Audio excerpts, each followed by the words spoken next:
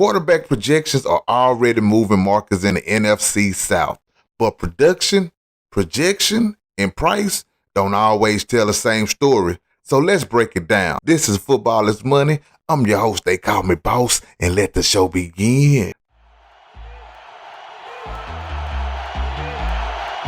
Motion left to right, there's nothing there. Now he tries to run, breaks a tackle, dives for the end zone, fumbled the football, left sideline, midfield, 40, 30, 20, 10, touchdown! Yeah, there we go.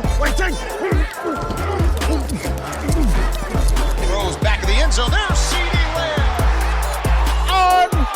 Unbelievable.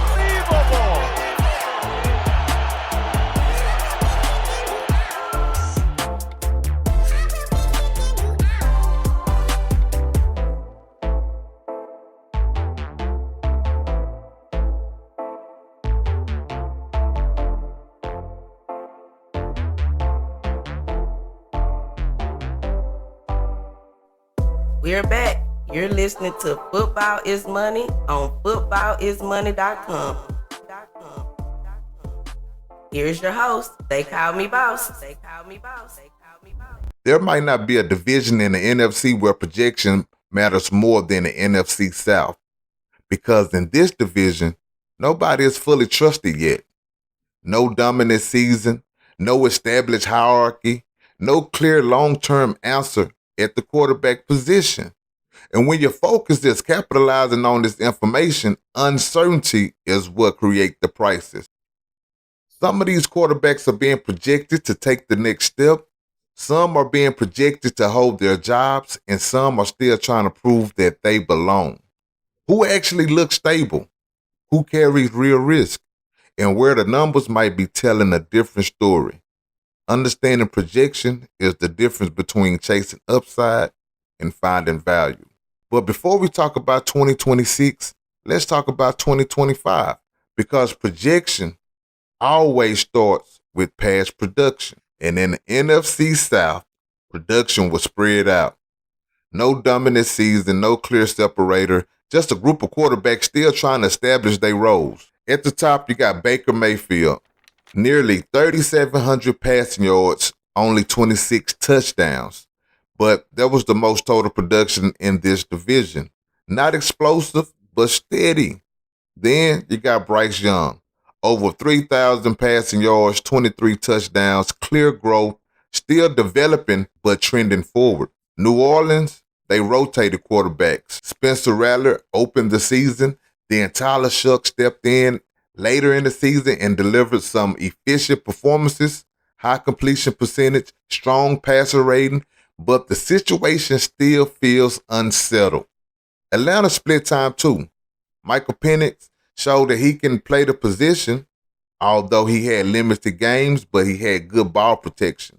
And Kirk Cousins, he handled the veteran workload later in the year. Steady production, but nothing dominant once again. So this division doesn't have a clear production ladder, just the most volume at the top and uncertainty everywhere else. And when production looks like this, projection becomes even more important. Because when stability is low, projection becomes the price. So the real question becomes, who can you actually trust? Because projection isn't just about upside. It's about stability. It's about risk, and it's about who's actually safe to bet on. Some quarterbacks are being projected forward, some are expected to hold steady, and some are still being evaluated.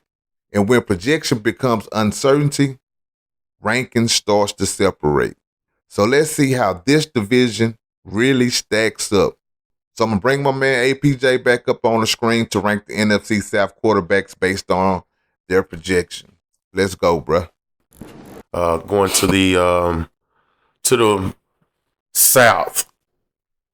We'll go ahead and start out with Spencer Rattler was for the Saints, and they changed him to Tyler, so he get a tight nod at number 3. No, I'm sorry, at number 4, and for Number 3, I'm gonna have to go to Atlanta. Michael Penix. Kirk Cousins was over there, but he got his job taken specifically because of health and for all other reasons. Michael Penix is young and able to throw that ball. He's learning a new position in the NFL. He was a star in college, but the stratosphere of his peers and how they leaped into the NFL, he hasn't taken that leap as of yet. So he's not far from number 4 in this division. But because they haven't solidified that spot for the New Orleans Saints, and they have probably a quarterback competition coming into this next season, neither one of them could really outdo Michael Penix this last year from the style of play at quarterback position. And that's not really saying a whole lot. Bryce Young, on the other hand, took a big leap this year, and we're looking forward to him taking another leap. He was a top draft pick for the Carolina Panthers, and for them to win a division and go to the playoffs, big nod to him. Hopefully he plays considerably great next year also, and he can take the number 1 spot. But this year, Baker Mayfield is pretty much consistent. I think he's the better quarterback in that division. Hey, that's a solid breakdown, and I agree with you 100%. But let me just go a level deeper into this division, because this last year, it wasn't a stable quarterback division. It was more like a carousel. You got starters changing, roles shifting, teams still trying to figure out who their guy really is. And when a division looks like that, projection becomes less about ceiling and more about the situation. Because down south in the NFC, quarterback success is tied directly to what's around them. Receivers, projection, coaching, structure, right?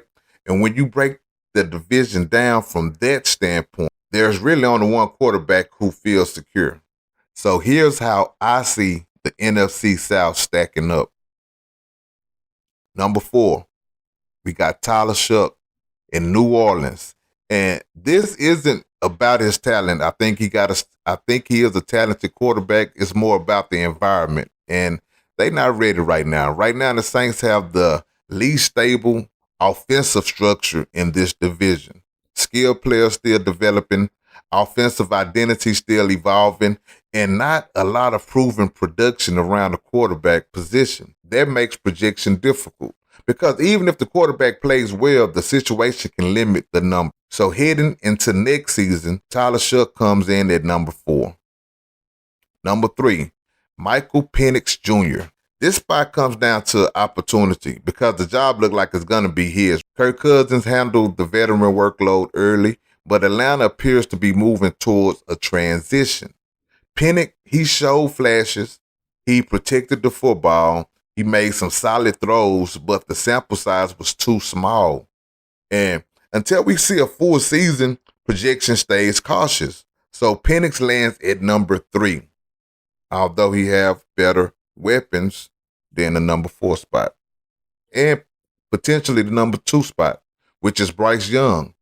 So this is where the division gets interesting, because Bryce Young showed real improvement, better decision making, better rhythm, better command of the offense. The growth was clear, and you can see the next step coming. But projection still needs confirmation. The offense is still developing. The receivers still need another step. And Bryce Young still has another level to reach before the projection becomes certainty. So he comes in at number 2 with real upside. Number 1, Baker Mayfield. This is the easiest projection in the division. Stable offense, proven receivers, established system, consistent production. He might not have the highest ceiling, but he have the safest projection. And in this division, stability matters. Right now, Baker is the only quarterback with a complete situation around him, and that puts him at number 1. Now, I do see a change coming in this division, just not this year. So Baker Mayfield needs to capitalize on this opportunity. Now, let's take a look at what the market thinks, because projection doesn't just show up in rankings, it also shows up in betting markets. So here are the current NFC South odds. Got it up on the screen. Baker Mayfield plus 4,500. Bryce Young, yeah, that's plus 12,000. 12,500. Same thing for Michael Penix. Tyler Shuck plus 10,000. So these numbers tell you something important.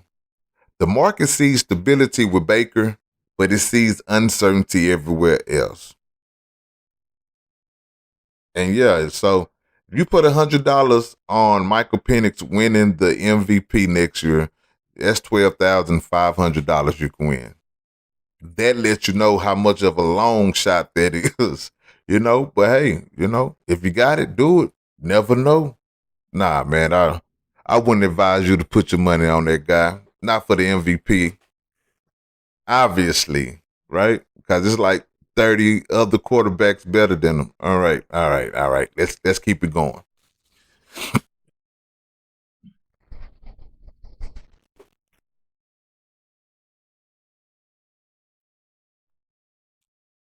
So, all right.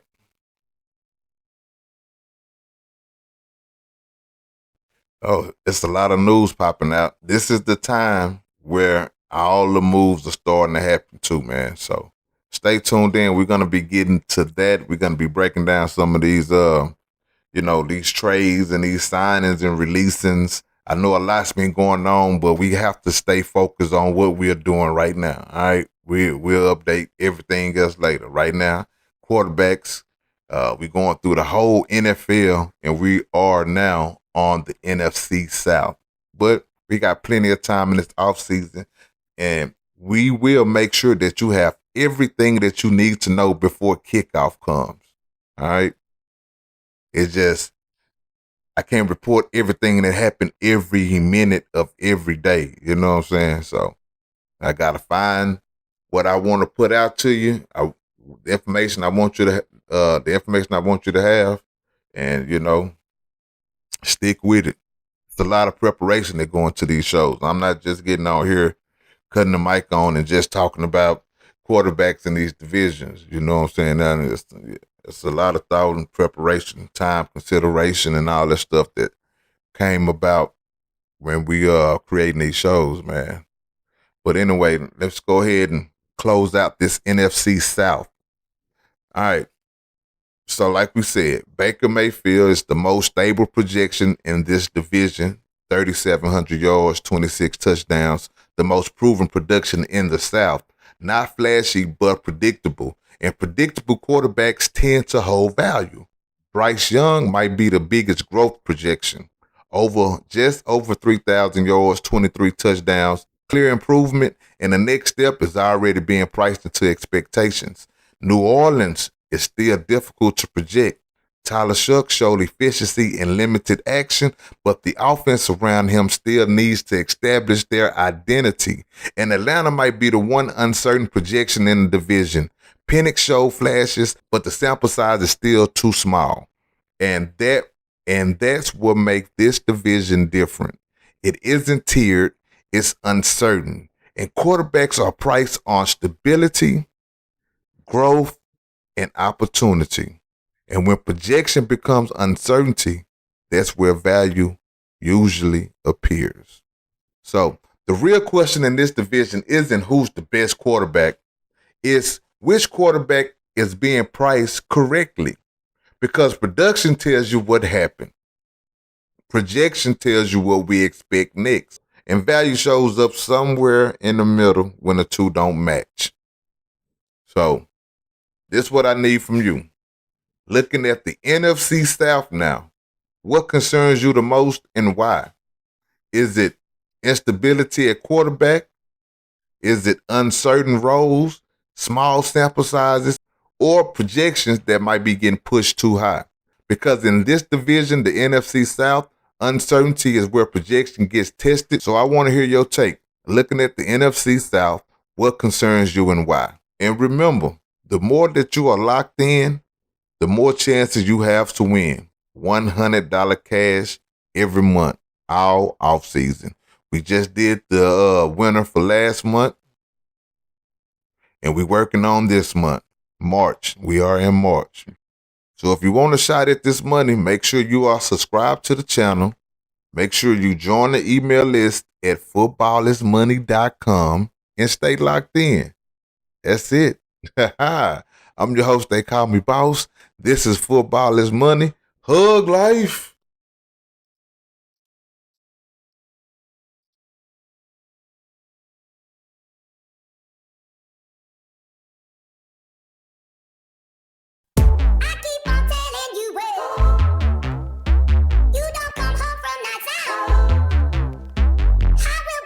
That's a wrap. Thanks for listening to Football is Money. Find every episode and more at footballismoney.com.